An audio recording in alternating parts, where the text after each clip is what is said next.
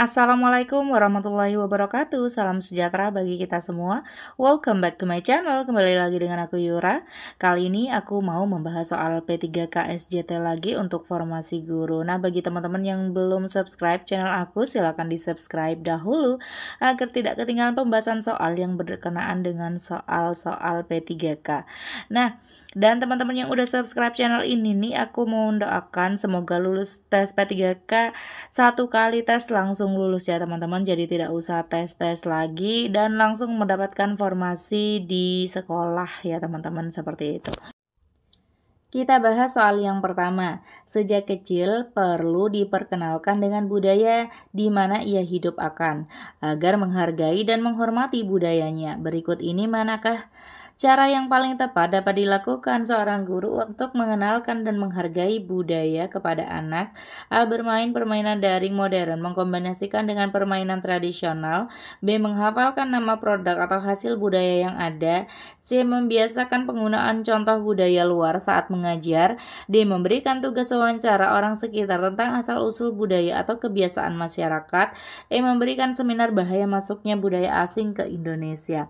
Nah, di sini ya teman-teman, maunya apa sih agar siswa kita itu bisa menghargai, menghormati budayanya.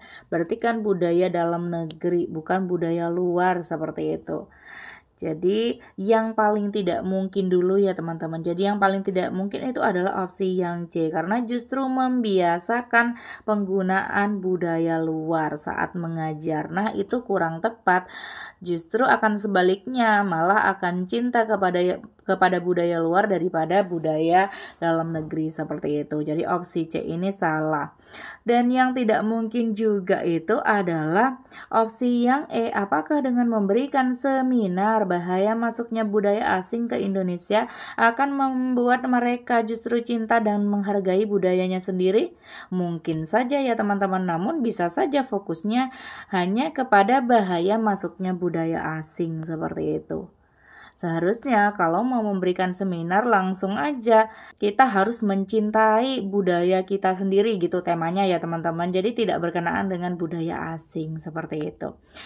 Nah, di sini opsi yang A, bermain permainan daring modern walaupun dikombinasikan dengan permainan tradisional, namun masih ada campur tangan permainan daring modern ya teman-teman, seperti itu. Jadi ini kan kalau modern bisa aja berkaitan dengan dunia luar, seperti itu. Jadi masih kurang masuk juga. Opsi yang B, hanya menghafalkan nama produk atau hasil budaya yang ada. Ini kurang efektif juga kalau hanya dihafal, buat apa, seperti itu.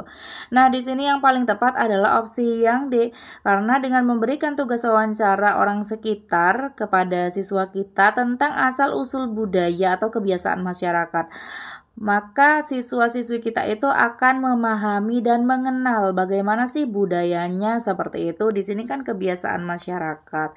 Jadi seharusnya anak-anak itu bisa menghargai dan menghormati pada akhirnya kalau mereka akan mengenal, seperti itu. Jadi opsi yang paling bagus di sini sesuai dengan konteks soal adalah opsi yang D. Kita lanjut ke soal nomor 2. Guru ingin siswa-siswinya dapat mencerminkan perilaku berkeadilan sosial. Berikut ini manakah yang dapat dilakukan guru? A. Murid diberikan kesempatan mengungkapkan pendapat dan suaranya. B. Murid diberikan aturan yang dibuat oleh guru dan sekolah. C. Murid dilatih berkompetisi dengan murid lain. D. Murid diajar dengan metode dan strategi pembelajaran yang sama di kelas. E. Murid yang berprestasi diberi hadiah. Nah, di sini pengennya siswa-siswi kita itu gimana sih? Jadi dapat mencerminkan perilaku berkeadilan sosial. Jadi ini kan juga sesuai dengan sila kelima ya teman-teman. Jadi keadilan sosial bagi seluruh rakyat Indonesia. Bagaimana cara agar siswa kita itu bisa mencerminkan perilaku itu? Jadi opsi yang A, murid diberikan kesempatan mengungkapkan pendapat dan suaranya. Nah, ini bagus ya teman-teman. Jadi setiap siswa itu diberi kesempatan yang sama dalam mengungkapkan pendapat dan suaranya. Kita harus mendengarkan setiap pendapat murid, memberikan kesempatan kepada murid. Jadi jangan hanya murid tertentu yang diberikan kesempatan seperti itu. Atau kita malah tidak memberikan kesempatan, kita yang hanya memberikan pendapat sebagai seorang guru. Jadi hanya ceramah aja, teacher center, kita tidak mendengarkan siswa, itu tidak benar ya teman-teman. Nah sebenarnya opsi A ini sudah dapat mencerminkan perilaku berkeadilan sosial. Namun kita lihat opsi yang lainnya. Opsi yang B, murid diberikan aturan yang dibuat oleh guru dan sekolah. Nah, apakah dengan memberikan aturan tersebut dapat membuat siswa mencerminkan perilaku berkeadilan sosial? Nah, belum ya teman-teman. Jadi belum jelas juga apakah dengan pemberian aturan itu dapat mencerminkan berkeadilan sosial. Jadi opsi yang B ini kurang tepat. Nah, opsi yang C, murid dilatih berkompetisi dengan murid lain. Nah, apakah ada unsur keadilan sosial dalam pelatihan kompetisi dengan siswa lain di sini? Juga tidak jelas ya teman-teman. Mungkin ada, namun tidak jelas langsung mengarah kepada yang berkeadilan sosial. Kalau opsi yang A ini kan dari kata diberikan kesempatan, berarti kan ini adil ya teman-teman, seperti itu. Opsi yang D, murid diajar dengan metode dan strategi pembelajaran yang sama di kelas. Nah, walaupun di sini yang sama, jadi apa-apa kalau sama seperti itu maknanya adil, belum tentu ya teman-teman. Jadi opsi D ini belum tentu, karena di sini kan berkenaan dengan metode dan strategi. Seharusnya kita memberikan metode dan strategi berbeda kalau di lapangan agar mereka tidak jenuh, agar kualitas pembelajaran di kelas kita itu bagus dan meningkat. Jadi kurang tepat aja opsi yang D.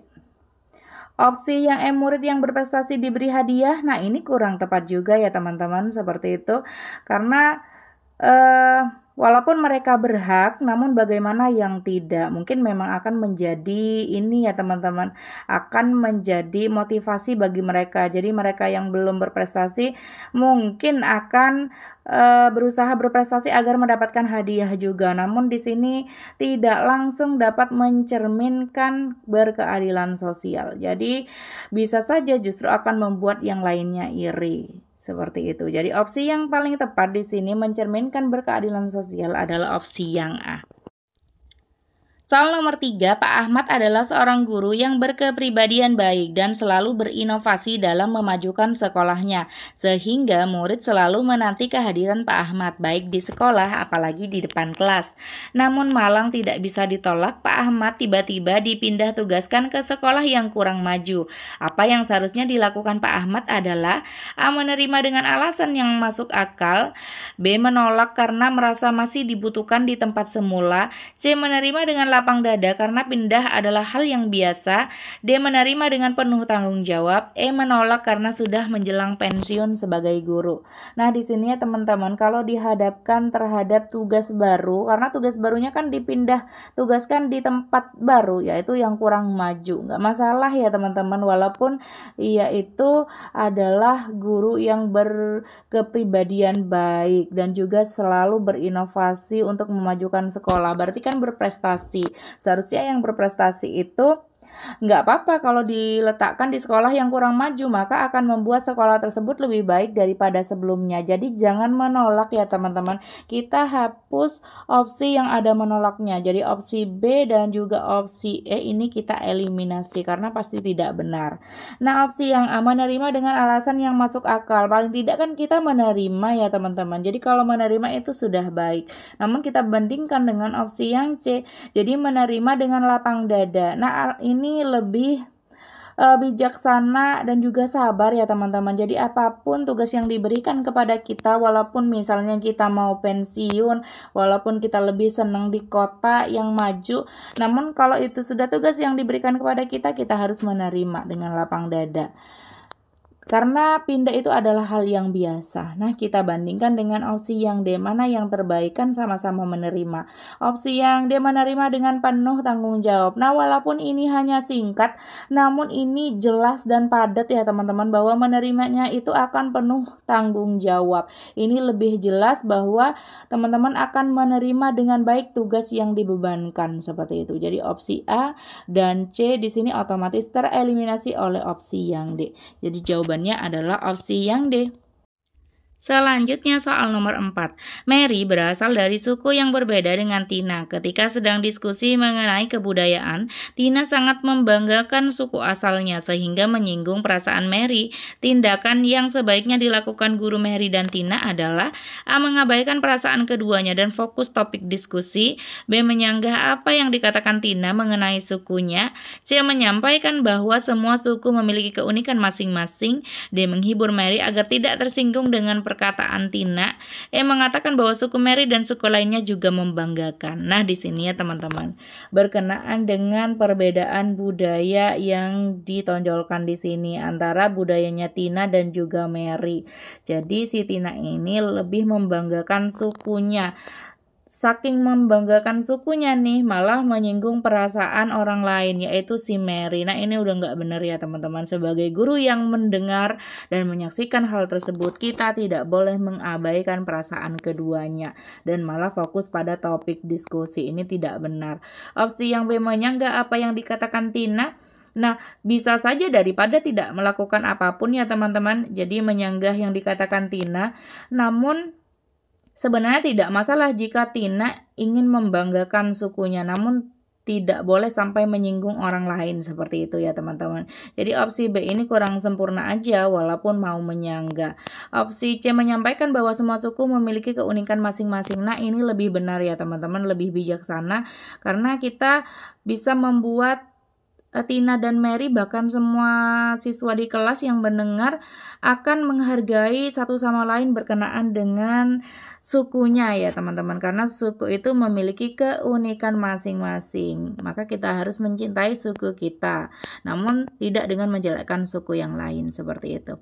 Opsi yang D, menghibur Mary agar tidak tersinggung dengan perkataan Tina, bisa saja dengan cara itu. Namun bagaimana tindak lanjut terhadap Tina yang sudah keterlaluan? Kalau misalnya dibiarkan malah akan pembenaran justru. Jadi tidak hanya menghibur saja, perlu seperti opsi yang C. Jadi menyampaikan bahwa semua suku memiliki keunikan.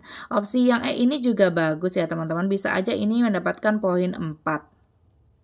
Mengatakan bahwa suku Mary dan suku lainnya juga membanggakan. Nah, jadi daripada opsi yang E di sini lebih baik opsi yang C ya teman-teman, walaupun ini maknanya mirip seperti itu. Jadi mungkin poinnya jadi antara 4 dan 5 saja di sini. Jadi opsi yang paling bagus adalah opsi yang C. Karena di sini seperti seakan-akan cuek terhadap apa yang dilakukan Tina, hanya mengatakan bahwa suku Mary dan suku lainnya membanggakan. Bagaimana dengan suku Tina? Seperti itu. Jadi opsi yang paling tidak ambigu adalah opsi yang C teman-teman. Kita lanjut soal nomor 5. Pak Tino adalah guru olahraga di SMP Kebangsaan. Di sekolah tersebut hanya ada satu lapangan yang digunakan untuk olahraga bola voli dan basket. Suatu hari tim basket meminta izin untuk menggunakan lapangan tersebut karena harus berlatih untuk menghadapi turnamen keesokan harinya. Namun hari itu merupakan jadwal latihan tim bola voli. Tindakan yang seharusnya dilakukan oleh Pak Tino adalah A. Memberikan izin kepada tim basket dan meminta pengertian kepada tim voli. B. Membagi separuh waktu untuk tim voli dan separuhnya untuk tim basket. C. Menolak permohonan tim basket karena hari itu adalah jadwal untuk tim voli. D. Meminta pada kedua tim untuk bertukar jadwal latihan agar tim basket dapat berlatih hari ini. Opsi yang E, mendahulukan tim basket karena akan bertanding esok dan agar mendapat hasil memuaskan. Nah, di sini harus kita pilih opsi yang memiliki solusi terhadap keduanya, yaitu tim voli dan juga tim basket. Karena kan lapangannya itu hanya satu ya teman-teman, yang digunakan oleh semua. Jadi kebetulan adalah jadwal latihan tim bola voli. Namun tim basket harus latihan agar besok bisa lancar dan bisa menang seperti itu. Jadi opsi yang A, memberikan izin kepada tim basket dan meminta pengertian kepada tim voli, ya ini bisa jadi. Opsi yang B, membagi separuh waktu untuk tim voli dan separuhnya untuk tim basket, ini kurang tepat dan kurang efektif ya teman-teman. Karena mungkin tidak akan maksimal Jadi kalau separuh-separuh justru latihannya tidak maksimal. Biasanya memang butuh latihan 3 jam misalnya, malah hanya 1 jam. Jadi kurang maksimal aja. Opsi yang C menolak permohonan tim basket karena hari itu adalah jadwal untuk tim volley. Nah, ini kurang bijaksana karena memang kan tim basket lebih butuh justru karena untuk lomba besok. Jadi opsi yang C ini kurang tepat. Opsi yang D meminta pada kedua tim untuk bertukar jadwal latihan agar tim basket dapat berlatih hari ini. Nah, ini bagus ya teman-teman solusinya. Jadi tukar aja tanggalnya seperti itu. Jadi misalnya seharusnya volley itu latihan hari ini, jadi latihannya diganti saat latihan tim basket. Jadi tim basketnya itu latihan duluan dan sekalian bisa persiapan untuk pertandingan esoknya. Seperti itu ya teman-teman. Ini akan lebih efektif untuk dilakukan dan efisien juga. Jadi dibandingkan opsi A di sini lebih jelas opsi yang D justru. Opsi yang E mendahulukan tim basket karena akan bertanding esok dan agar mendapatkan hasil yang memuaskan. Nah, bagaimana solusi terhadap tim bola voli? Kita juga tidak boleh mengabaikannya. Jadi, opsi yang ini juga masih kurang sempurna. Nah, di sini jadi yang paling bagus adalah opsi yang D.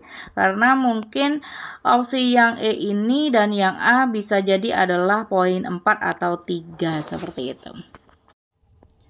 Soal nomor 6, sebagai seorang guru dengan peserta didik yang memiliki permasalahan berbeda-beda, tentu Anda memiliki cara tersendiri menghadapinya. Pilihan di bawah ini yang paling sesuai mewakili tindakan Anda terkait hal tersebut adalah A. Mendengarkan keluhan dan melayani kebutuhan serta minat masing-masing siswa. B. Menyampaikan materi pelajaran yang dikaitkan dengan kegunaannya di kehidupan nyata. C. Memberikan pengarahan dengan jelas dan dimengerti oleh masing-masing peserta didik. D. Menggunakan pendekatan pengajaran yang lebih problematik sehingga siswa terdorong untuk berpikir. E. Menunjukkan toleransi yang sama kepada semua siswa. Nah, di sini ya teman-teman, kasusnya apa sih? Jadi bagaimana untuk mengatasi siswa dengan permasalahan yang berbeda-beda seperti itu. Jadi kan cara apa yang akan digunakan Anda sebagai guru? Jadi opsi yang A, mendengarkan keluhan dan melayani kebutuhan serta minat masing-masing siswa. Nah, ini sudah masuk akal ya teman-teman, karena kan beda-beda. Berarti kebutuhan dan keluhannya juga akan beda-beda. Maka yang harus kita lakukan adalah mendengarkan seluruh keluhan dan melayani kebutuhan serta minat masing-masing siswa yang berbeda tadi. Jadi opsi A ini sudah tepat. Opsi yang B, menyampaikan materi pelajaran yang dikaitkan dengan kegunaannya di kehidupan nyata, jadi tidak langsung memberikan dampak untuk menghadapi peserta didik yang memiliki permasalahan berbeda-beda. Opsi yang B ini.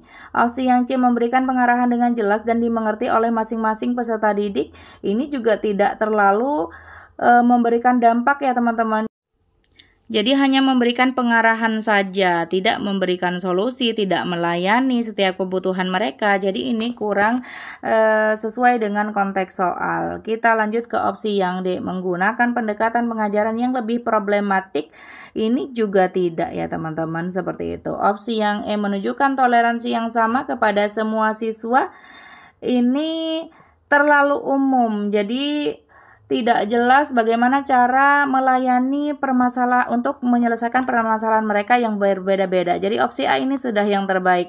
Jadi dengan cara mendengarkan setiap keluhan yang mereka alami, yang tentu keluhannya akan berbeda-beda dan tentu tidak hanya mendengarkan saja namun melayani kebutuhan mereka serta minat masing-masing siswa. Ini sudah bagus. Jadi opsi yang betul di sini adalah opsi yang A. Nah, untuk soal SJT ini kan sistem poin, pasti akan ada opsi yang memang mirip itu antara poin 5 dan 4. Jadi teman-teman kalaupun sudah merasa bingung antara dua opsi itu untuk menemukan yang paling tepat seperti itu, jangan berlama-lama di soal itu.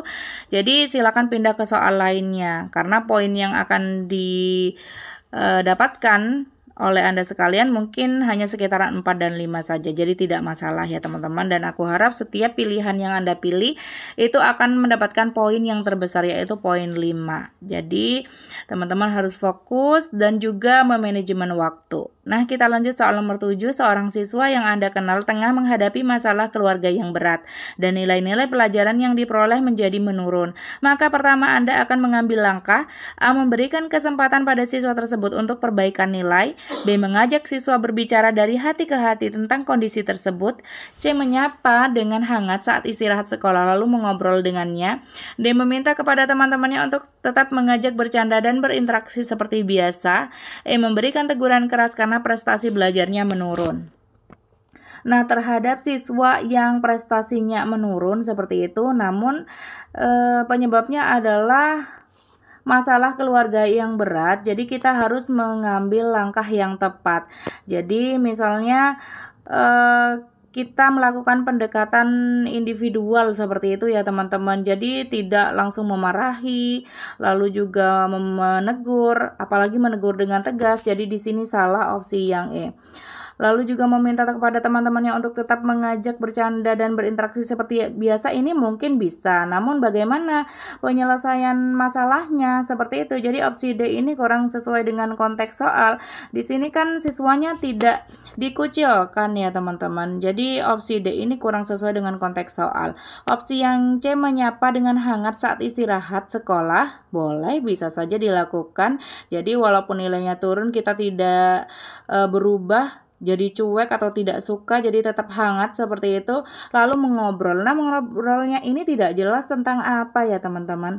Jadi opsi C ini kurang sempurna aja. Opsi yang B, mengajak siswa berbicara dari hati ke hati. Nah, ini lebih tepat tentang kondisi tersebut. Maka dengan berbicara dari hati ke hati tersebut, kemungkinan akan mendapatkan solusi bagaimana sih cara mengatasi masalah si anak tadi. Karena kan seharusnya nilai sebelumnya itu baik, namun setelah mendapatkan masalah menjadi menurun. Jadi memang perlu pendekatan secara individual dengan cara berbicara dari hati ke hati. Nah, opsi yang A, memberikan kesempatan pada siswa tersebut untuk perbaikan nilai, mungkin bisa saja dilakukan setelahnya, setelah mengajak berbicara ya teman-teman. Jadi opsi A ini bisa saja lanjutan dari opsi B. Namun pertama kali yang harus dilakukan itu adalah opsi yang B. Nah, soal nomor 7 tadi adalah soal terakhir dalam video kali ini. Seperti biasa, di akhir video selalu ada kuis. Dan kuis-kuis yang udah aku berikan itu udah aku bahas di satu pembahasan tertentu ya teman-teman. Jadi full membahas kuis-kuis. Jadi udah aku bahas di video sebelumnya, silakan dicek. Kalau masih ada yang mengatakan bahwa kuisnya tidak pernah dibahas, sudah ya teman-teman. Jadi teman-teman yang udah banyak betul memang tidak aku bahas lagi, karena kan soalnya berarti dimengerti dengan baik dan tidak ambigu opsinya. Namun yang kebanyakan salah masih akan aku bahas di video sebelumnya.